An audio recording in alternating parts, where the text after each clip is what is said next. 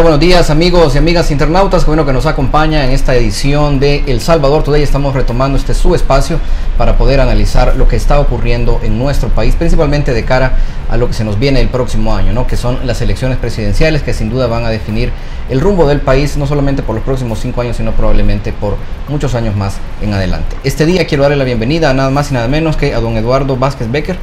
Muchísimas gracias por estarnos acompañando. Él es nada más y nada menos que el director de diariolatino.net, un medio del que ya vamos a hablar, ¿no?, con una larguísima tradición en nuestro país. Primero quiero recordarles que este primer bloque es una fina cortesía de Megablog. Este espacio es presentado gracias al gentil patrocinio de... Los mejores productos de concreto los encuentra en Megablog. Calidad al precio justo. Llámanos al 2523-2300. Continuamos en El Salvador Today, qué bueno que puede acompañarlos. Quiero también agradecer, por supuesto, a los amigos de Noticias Menotti, de Interdiario, de El Salvador RX, El Calero de Metapán, El Oriental, Diario de Occidente, Sagastizado Center, Diario Digital Montecristo y Bitácora SB, quienes nos acompañan en esta transmisión completamente en vivo. Don Eduardo, le reitero la bienvenida, qué bueno que ha podido acompañarnos este día. Y bueno, yo creo que en la mente de muchos salvadoreños resuena, ¿no?, el nombre de Diario Latino, especialmente porque... digamos, la larguísima tradición que tiene este medio supera por mucho la de otros medios que tal vez con más recursos, ¿no?, o con también una tradición muy larga, pero muy pocos han logrado la marca que nada más ayer, entiendo, estuvo cumpliendo Diario Latino. ¿Por qué no nos cuenta un poco más, por favor? Sí, en efecto, Diario Latino es el decano de la prensa en El Salvador. Fue fundado por una familia conservadora, pero gente muy decente y muy respetable, la familia Pinto, en el año 1890 aproximadamente. De ahí para acá fue sufriendo ciertas transformaciones, cambios de nombres provisionales, equipo, personal, mentalidad inclusive. Fue haciéndose más responsable en el campo de la información, hasta que llegó el periodo del conflicto armado en El Salvador, a donde como parte de la estrategia izquierdista se penetraron los medios de comunicación por activistas sociales. Ahora posiblemente se han convertido en periodistas, porque la experiencia en el periodismo es fundamental. Ahora quizás son periodistas respetables, pero en esa época simplemente eran activistas de izquierda. Algo más, en el Diario Latino había un proceso de descomposición. La edad de don Miguel Pinto fue bajando la capacidad productiva y sufría problemas económicos muy grandes. Sí. Esta situación fue aprovechada por personas, como te digo, de la izquierda, y procedieron a infiltrar el Diario Latino. Presionaron hasta que sus directivos tuvieron que huir del mundo, del diario. Se escaparon a matar a Waldo Chávez Velasco, que era el director. Miguel Ángel Pinto, no recuerdo exactamente cuál era la posición de él, pero poco a poco fue quitándole actividad al diario, y así sucesivamente hasta que quedó en manos de los trabajadores. Yo no tengo nada en contra de que una empresa pueda ser de los trabajadores, al contrario. En mis años mozos era uno de mis sueños, que los trabajadores pudiéramos tener una empresa. Pero en este caso se dio porque la parte dura del Partido Comunista, que era el PRTC, liderado por Nidia Díaz, por Roberto Roca, se controlaron el periódico completamente. Ellos eran los voceros del grupo armado del FMLN, y su actividad era, dependiendo del ojo con el que se mira, era o valiente o atrevida o irresponsable, pero ellos estaban en su rol. Entonces, ¿Hubo otros medios que sufrieran este mismo proceso de infiltración? Todos los medios. ¿O tenían algún interés en particular en Diario Latino? No escapó un medio que no fuera infiltrado. Las estaciones de radio especialmente porque era muy fácil meter locutores. ¿Y qué hay de los matutinos, digamos, los que todavía conocemos ahora? Tal vez no tan descaradamente, pero yo le aseguro que parte de los cambios, para bien o para mal, que se han producido al interior de los medios, fue posiblemente porque fueron infiltrados por muchachos de izquierda, jóvenes todos. Repito, ahora podrán ser excelentes periodistas, pero en ese entonces eran activistas. De las estaciones de radio más que donde más se miraba la radio KL, bueno, porque era muy fácil. Además, la izquierda buscaba medios para divulgar sus obras de rebelión o sus mensajes, sus comunicados. Era muy fácil ponerse de acuerdo con un locutor en una radio para ir a poner un cassette y armaban el gran paquete, ¿verdad? Fue asaltar una radio. No había tal asalto. Era un vulgar acuerdo entre el locutor y las personas que le llevaban el cassette y lo ponían. Y así fue el estilo.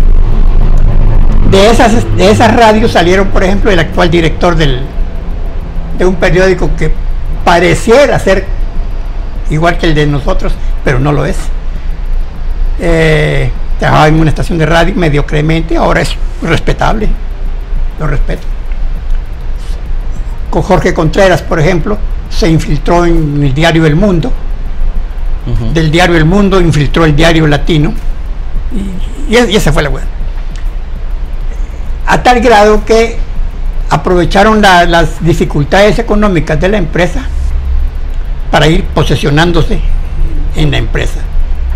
En ese momento yo entro en relaciones con Adolfo Rey Prendes, que era el mayor accionista de la editora salvadoreña de periódicos y libros, y negociamos.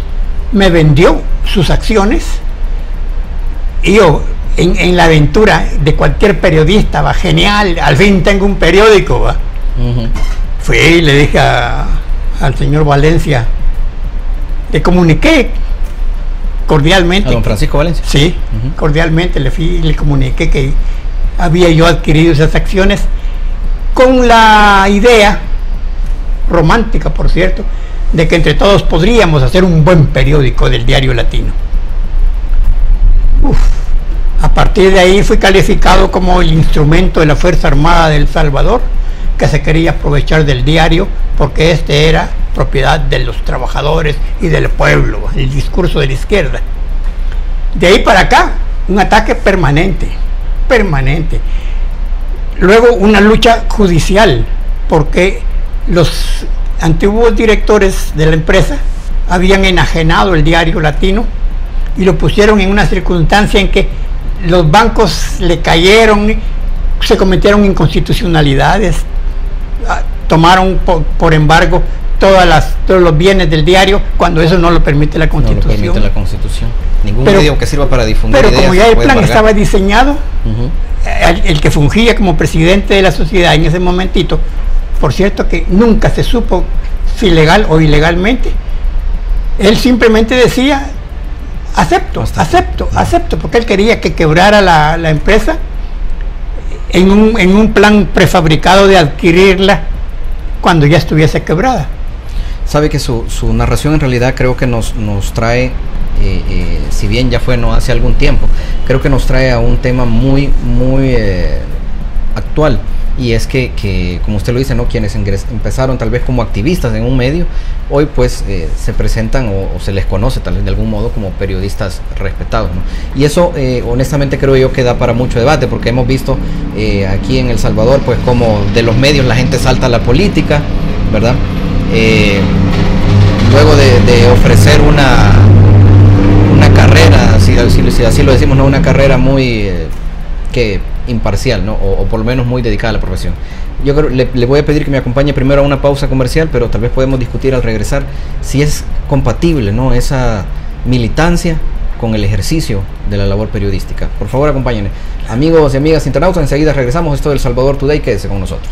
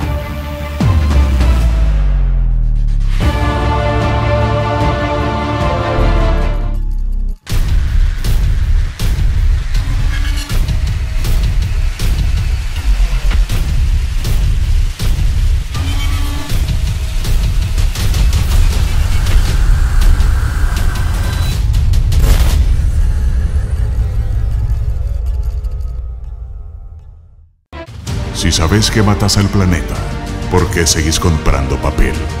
¿Por qué ser esclavo de un horario cuando te damos la libertad de tener todo en tu mano siempre? Si la información pasa en cualquier momento, ¿por qué vas a esperar a que alguien te la cuente? En Diario Digital Cronio, dejamos en el pasado lo tradicional para que vivas el futuro con nuestra multiplataforma. Ingresa a www.cronio.sb. Noticias Online.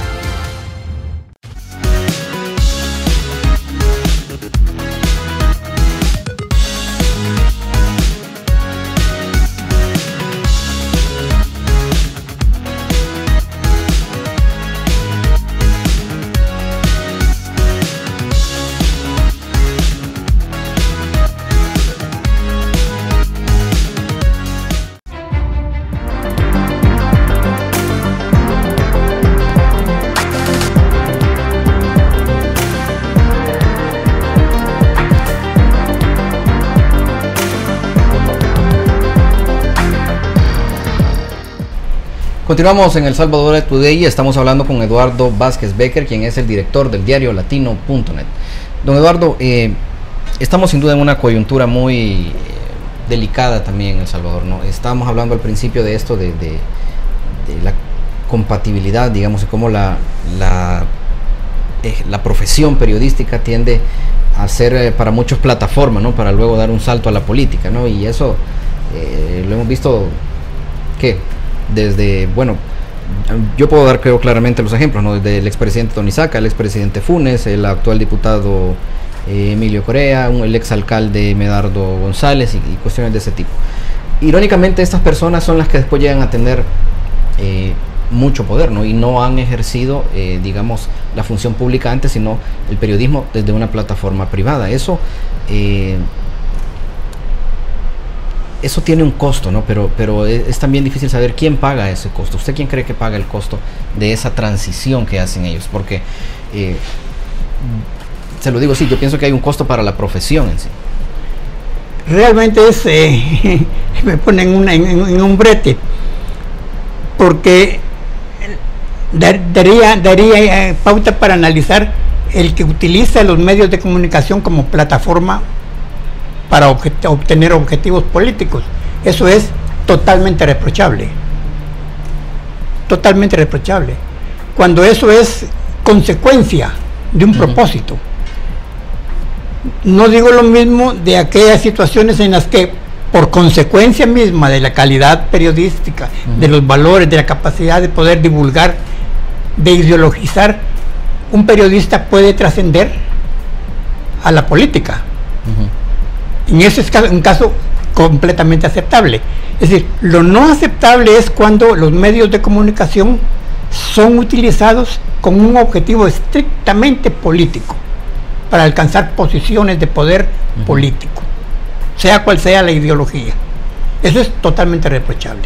Claro. Fue reprochable antes y lo fue reprochable hoy y lo será reprochable mañana. No así, y quiero dejar claro en esto, yo no concibo la romántica frase del independentismo periodístico. Sí, eso es realmente el periodista que no tenga ideología, señor, no es periodista, en absoluto. Estamos hablando de caminos, los caminos rectos y los caminos torcidos del ejercicio periodístico. En el ejercicio recto del periodismo cabe la ideología. Europa, inclusive, usted encuentra el Figaro, Le Monde, todos con una ideología perfectamente bien definida. Muy claro. ¿Sí? Hay una situación, digamos, y es que también hay mucho juego de perceptividad, digamos, en el ejercicio de la política en El Salvador. Mucho depende de las percepciones. Y traigo esto a colación porque nada más hoy en la mañana se reunió la comisión política para discutir los nombres de las 15 personas o 30 personas, entiendo que se han manifestado como que tienen interés para ser el nuevo fiscal general de la República por los próximos 3 años. ¿Por qué traigo a colación el tema de las percepciones? Bueno, porque el actual fiscal, ¿no?, Douglas Meléndez, tiene sin duda una base, digamos, política de mucha gente que lo ha apoyado a partir de, pues, los casos más sonados, digamos. Pero asimismo tiene detractores a partir de muchos casos que han sido evidentes, también muy evidentes, muy sonados, pero sobre los que no se ha iniciado ningún tipo de acción jurídica. Particularmente desde su punto de vista, tanto como ciudadano como periodista, el balance que hace usted de los últimos 3 años, del ejercicio que ha tenido en el cargo Douglas Meléndez, ¿considera que ha sido positivo o considera que ha sido negativo? Depende del cristal con que se mira. Exacto. La función fiscal está bien definida en la Constitución de la República. A ella le corresponde la investigación del delito, nada más, como parte principal. Otra, defender los derechos de la sociedad, pero fundamentalmente investigar el delito. Para esto, dice la Constitución, con el apoyo de la Policía Nacional Civil. Aquí usted va a ver, usted nunca ha visto muy esporádicamente al actual fiscal acompañado del director de la policía, porque entre ellos no coordinan. Uno quiere llevar sus cosas y el otro las propias. Quizás es más político el actual fiscal que el director de la Policía General. Pueden cometer los dos ambos. Vea cómo nos podemos equivocar los periodistas. Pueden ambos cometer errores, pero uno no es político, el otro sí es político. Pero ¿cuál cree usted que debe ser el parámetro principal, sí, o tal vez los parámetros principales, porque es difícil que sea solo uno, ¿no? Para juzgar el actuar, el desempeño de un cargo tan fundamental, tan clave para la vida en sociedad en El Salvador? Usted sabe cómo ha crecido en el país la corrupción, la violencia y los delitos. Sabemos que la corrupción es cultural, digamos, claro, un problema de cultura. Claro, y los delitos. Entonces, desgraciadamente no ha habido un funcionario, incluido mi amigo Luis Antonio Martínez, ex fiscal de la República, incluido él, no ha habido un fiscal ecuánime que responda a la realidad de esos fenómenos. Las puertas de la política los tienen cercados. El actual del anterior se diferencian muy poco. Ya verá usted que dentro de 5 años o 6 años mucha gente estará denunciando al actual fiscal por hacer mal o por inventar. Pero también él va a tener su momento en que va a ser requerido por la historia y va a tener que responder por sus errores que afectaron a tanta gente en este país. La mentalidad fiscal en el mundo moderno es que si usted no tiene un caso, usted no puede denunciar a ninguna persona, porque atenta contra el derecho a considerarse inocente, atenta contra la dignidad, atenta contra los derechos humanos, atenta contra el debido proceso, atenta contra el Estado constitucional de derecho, totalmente. Y se sale, por ejemplo, entonces de las funciones que le establece la misma Constitución. Claro. Es decir, abunda en reflexiones que a veces no vienen al caso. Se adelanta a un juicio mediático a denunciar y juzgar a las personas y darlas por culpables con una frialdad increíble. Entonces, eso indudablemente le va a traer tarde o temprano reclamos al actual fiscal. Me llama la atención lo que usted dice de que se diferencian muy poco. El anterior fiscal, Luis Martínez, está preso y se ha levantado con él cargos sumamente serios, sí, ¿verdad?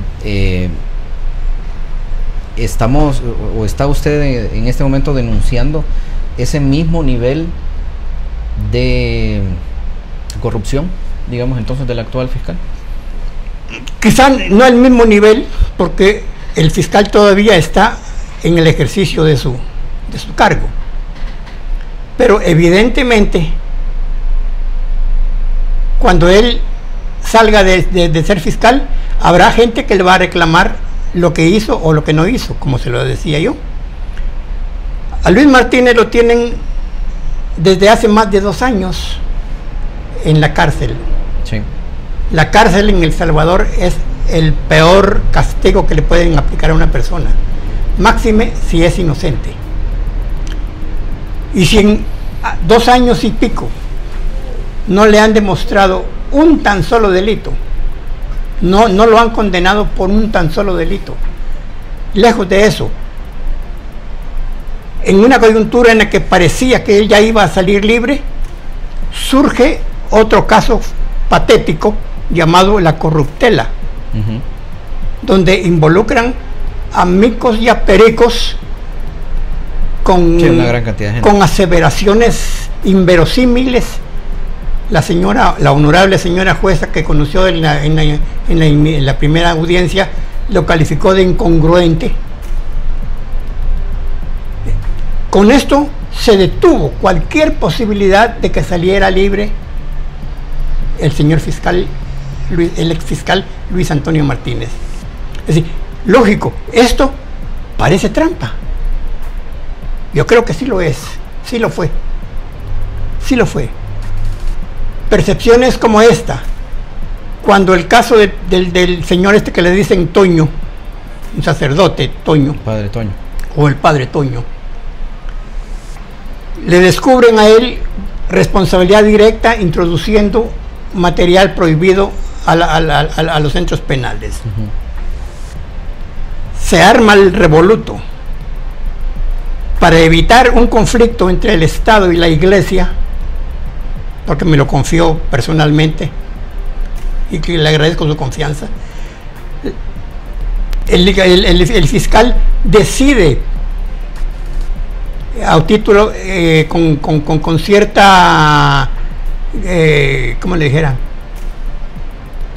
Con cierta discreción comunicarlo a la Iglesia lo que está ocurriendo con este padre, y le sugiere inclusive que si este padre se abstiene de continuar con esas actividades, le pueden hacer un juicio rápido, un juicio express, para que se pueda ir del país y se evite el conflicto con la Iglesia. Eso, la percepción fue de que él había violado la ley, las reservas, cuando él, el propósito prácticamente de él, declarado culpable. Claro, bueno, entiende. Esas cosas son las que tienen enturbiado el proceso fiscal. Quiero pedirle que me acompañe, por favor, don Eduardo, a una nueva pausa comercial, pero también creo que usted destaca un punto interesante, ¿no? Y es que el actual fiscal ha denunciado, ¿no?, que tiene muchas presiones políticas y aquí y allá, que tiene muy poco dinero, pero bueno, también se ve, digamos, este y otros casos en los que se ha iniciado la acción legal definitivamente, pero no es sólida, no termina precisamente en una condena, que es lo que todos esperamos de una acción legal iniciada por la Fiscalía. De eso quiero que hablemos, por favor, en cuanto regresemos. Vamos a una breve pausa, amigos y amigas internautas, quédense ahí. Esto es El Salvador Today y enseguida volvemos.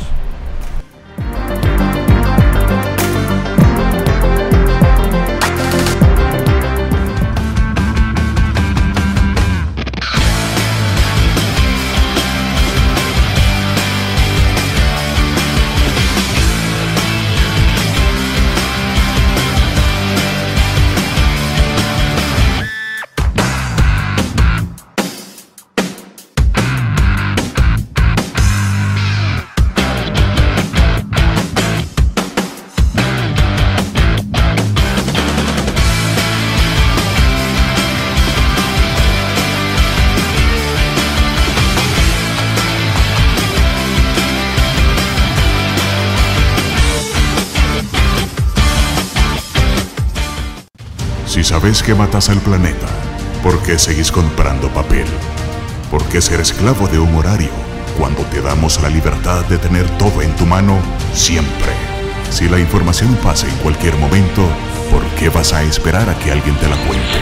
En Diario Digital Cronio, dejamos en el pasado lo tradicional para que vivas el futuro con nuestra multiplataforma. Ingresa a www.cronio.sb. Noticias Online.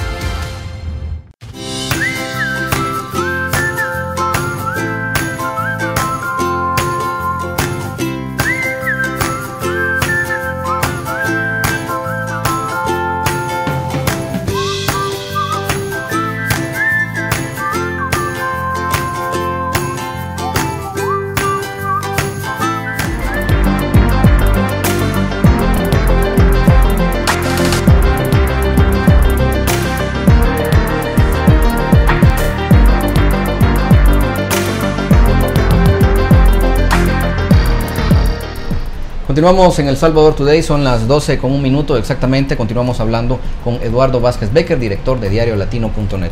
Don Eduardo, usted puso una denuncia específicamente relacionada con todo esto del caso Corruptela, porque a usted se le involucró directamente con eso. ¿Por qué no nos explica, por favor? Sí, la denuncia fue dirigida especialmente a la Sociedad Interamericana de Prensa, Sí. porque yo considero que el atropello del que he sido víctima fue el resultado de mi derecho a expresar mi opinión a través de la libertad de prensa. Ok.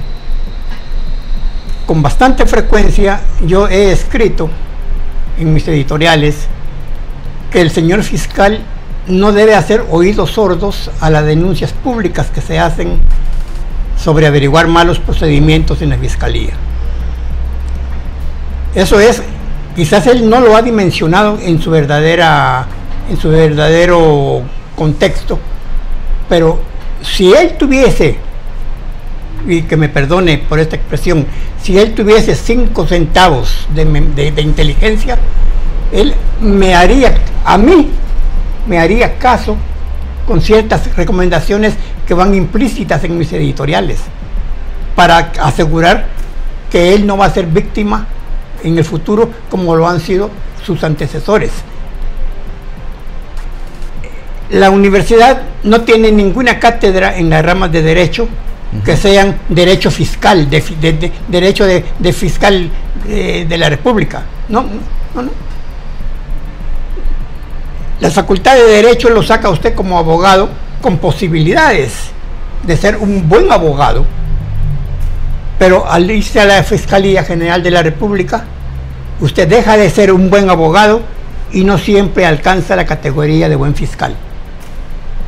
Y de esa gente está llena la Fiscalía. Cuando un fiscal dice algo, debe de complementarlo. Las expresiones en boca de un fiscal deben de llevar apellido y nombre completo. No quedar solo con el nombre o solo con el apellido, porque no concretizan. Y esas son las debilidades con que llegan los procesos, los requerimientos a los tribunales. Luego el juez, ante ese desorden, ante la falta de elementos probatorios o ante la debilidad de los elementos probatorios que muchas veces son obtenidos ilegalmente o inclusive son producto de la imaginación de alguien que en la fiscalía no lo quiere a usted, no tienen más que optar por aplicar el principio del indubio pro reo, que quiere decir cuando hay alguna duda tiene que resolverse favorable al reo. No, cuando el juez hace esto, salta el fiscal diciendo que el juez está vendido, que el juez responde a otros intereses. Y no es así. ¿De qué se le había señalado a usted específicamente? Fíjese que a raíz de mis llamados, porque me voy a referir específicamente al caso de Arraiz Martínez, sí, han denunciado a los fiscales por su nombre y por su apellido, sí, con fechas, con datos concretos. Los han acusado de inventar pruebas para mantener al señor Raiz fuera del ámbito nacional y al señor exfiscal en una cárcel del país. Esas denuncias, el fiscal nunca ha dicho no es cierto, ni nunca ha dicho sí es cierto. Las ignora, mientras quiere hacer prevaler sus puntos de vista. sus percepciones. Entonces, eso no es la función del fiscal. Como resultado, se me involucra arbitrariamente en un proceso ridículo. Dibujan una estructura, una labor de estructura criminal gigantesca para hablar de unos cuantos centavos que ganábamos los consultores. El consultor asesora, pero asesorar no implica la obligación de que a uno le obedezcan. Lo mismo le va a ocurrir a él, o posiblemente lo mismo ocurre. Muchas personas le han de decir: señor fiscal, no haga esto, pero él lo hace. Asesorar, por ejemplo, con sugerencias, con mecanismos, decirle al fiscal: mire, señor fiscal, para que funcione bien su sistema de comunicación y su imagen mediática, yo le recomiendo que haga esto y lo otro. El señor fiscal recibe el informe y él puede hacer con ese lo que él quiera. Sí, claro. El asesor tiene un contrato por servicios profesionales y lo cumple al decirle al señor fiscal: aquí está. Hay un acuerdo de confidencialidad. Yo no tengo por qué contarle a la ordenanza de la fiscalía mis pláticas con el señor fiscal, porque el que me pagaba los contratos era la fiscalía. Yo era asesor del señor fiscal en algunas materias y me pedía que le hiciese estudios sobre el caso de CNL, sobre el caso de Chaparral, sobre el caso de los diputados del Parlacen. Eso indica que el señor me tenía a mí, yo creo, sobreestimado, porque modestamente yo creo que el trabajo que le hice, quizás en lo único que tiene razón la fiscalía es que no fue suficiente, porque me limito y comprendo que mi capacidad no es de didacta ni de dueño de la verdad en todo, pero hice el mejor de mis esfuerzos. ¿Cumplió con los contratos? Cumpliendo con los contratos, y gracias a ellos también cumplieron con el contrato. Una cosa que quiero pedirle su opinión al respecto, y es que ahora que se inicia pues el proceso para elección del nuevo fiscal, ya que están a punto de terminar los 3 años que le corresponden a Douglas Meléndez, bueno, no ha sido ningún secreto, ¿no?, que él se ha presentado como una especie de paladín, y también podemos decirlo, uno de sus argumentos tal vez más fuertes a favor es que dice contar con el apoyo de la Embajada de los Estados Unidos. Esto, digamos, yo nunca he visto que sea así, lo debo decir con todas las letras. Yo nunca he visto que la embajadora diga: yo apoyo a la reelección de Douglas Meléndez. Primero, porque estaría fuera de su papel diplomático, ¿no? Y segundo, porque creo yo que si bien cualquier país y cualquier persona puede apreciar la opinión que le dé un amigo, ¿verdad?, que puede tener intereses alineados, la elección es de las instituciones salvadoreñas y de los salvadoreños. ¿Cómo ve usted eso? No, en efecto, usted tiene razón. La señora embajadora nunca se ha pronunciado por un nombre como compromiso de apoyarle a la hora de una elección.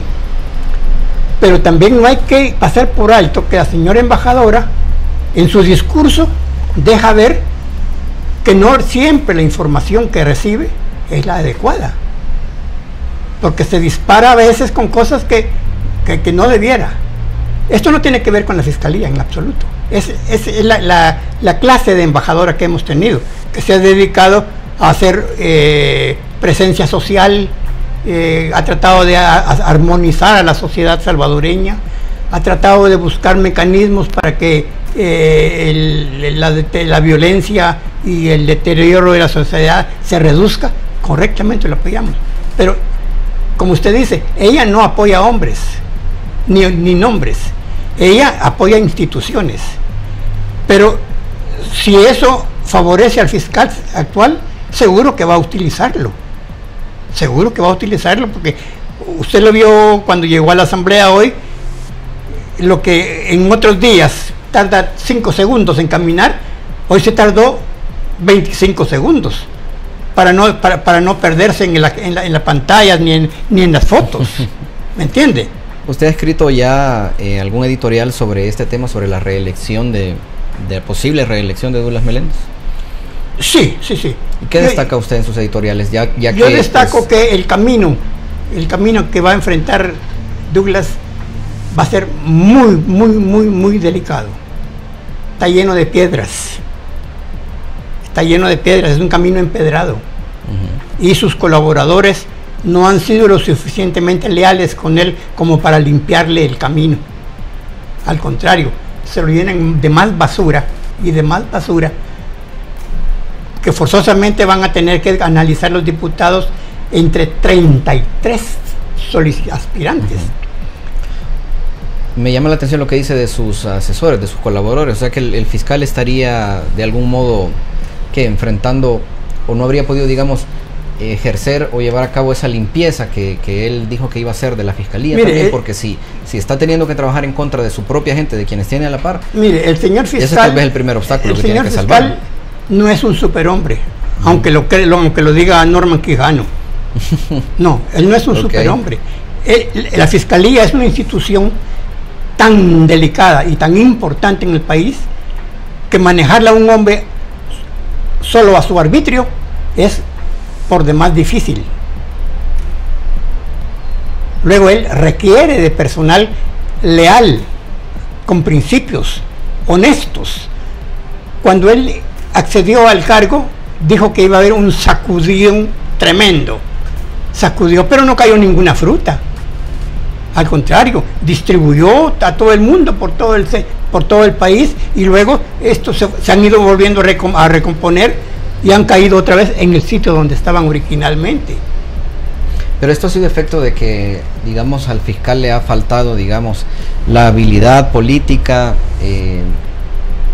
empática necesaria para poder maniobrar dentro de los mismos obstáculos que no solamente tienen cada institución, sino también cada país, y específicamente los de carácter político que se le imponen por su mismo cargo, por el hecho de ser electo por los diputados. Mire, el fiscal no tiene empacho en violentar el principio de inocencia de terceros, pero sí lo tiene en denunciar o enjuiciar a uno de sus fiscales. Ahí sí se pone freno, porque teme que haya.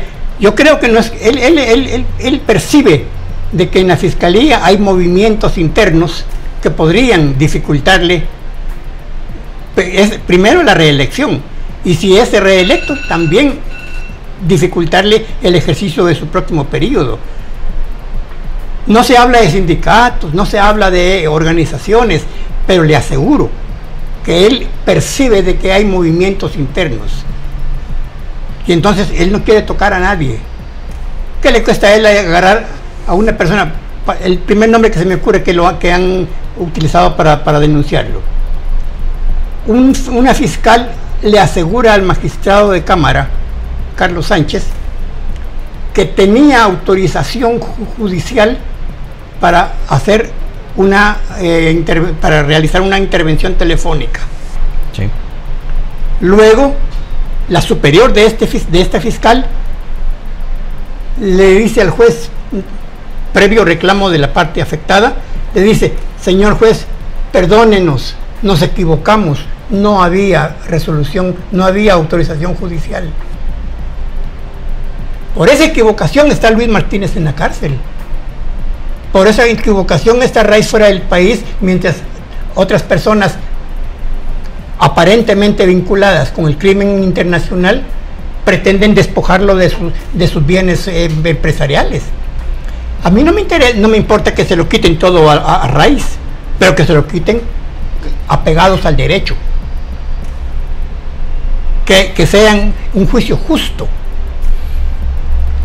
Don Eduardo, pensando en los salvadoreños comunes y silvestres como nosotros, los que pueden pasar aquí atrás, ¿no?, en la calle, los que puedan, digamos, estar en sus trabajos o buscando un trabajo, los que han sido de pronto víctimas también de un delito, pensando principalmente en las víctimas, y si cree que se puede contestar la pregunta con un sí y no, ¿debe Douglas Meléndez continuar en el cargo de fiscal? No, definitivamente, y le voy a explicar por qué. Un funcionario que está cumpliendo con su deber no tiene por qué ser temeroso de nada, y él públicamente ha dicho que para él sería un gran riesgo entendamos que este se refiere a su vida, a su seguridad y a la de los suyos, que saliese de la Fiscalía. Es decir, con eso está enviando un mensaje: señores diputados, elíjanme porque tengo miedo. Y ese no es un argumento válido para ser un buen fiscal. Don Eduardo, quiero agradecerle mucho el tiempo que nos ha brindado hoy en este espacio de El Salvador Today. Ha sido muy ilustrativo, edificante, pues, poder contar con su opinión, y creo que lo principal, ¿no?, lo que debemos aportar los periodistas es esta discusión en medio de coyunturas tan importantes como la que estamos viviendo, ¿no? Gracias a usted, se lo agradezco mucho y siempre estoy a sus órdenes. Muchísimas gracias, don Eduardo, gracias por haber venido. Ya sabe. También a ustedes, amigos y amigas internautas, muchísimas gracias por habernos acompañado. Ya son las 12:16 de un 6 de noviembre de 2018. Por supuesto que queremos agradecer a Noticias Menotti, a Interdiario, El Salvador RX, El Calero de Metapán, El Oriental, Diario de Occidente, Sagastizado Center, Diario Digital Montecristo y Bitácora SB por acompañarnos en esta transmisión en vivo. Recuerden, el costo de desentenderse de la política es ser gobernado por los peores hombres. Enseguida regresamos para el próximo día viernes, ¿verdad? Próximo viernes estaremos acompañándolos. Será hasta entonces.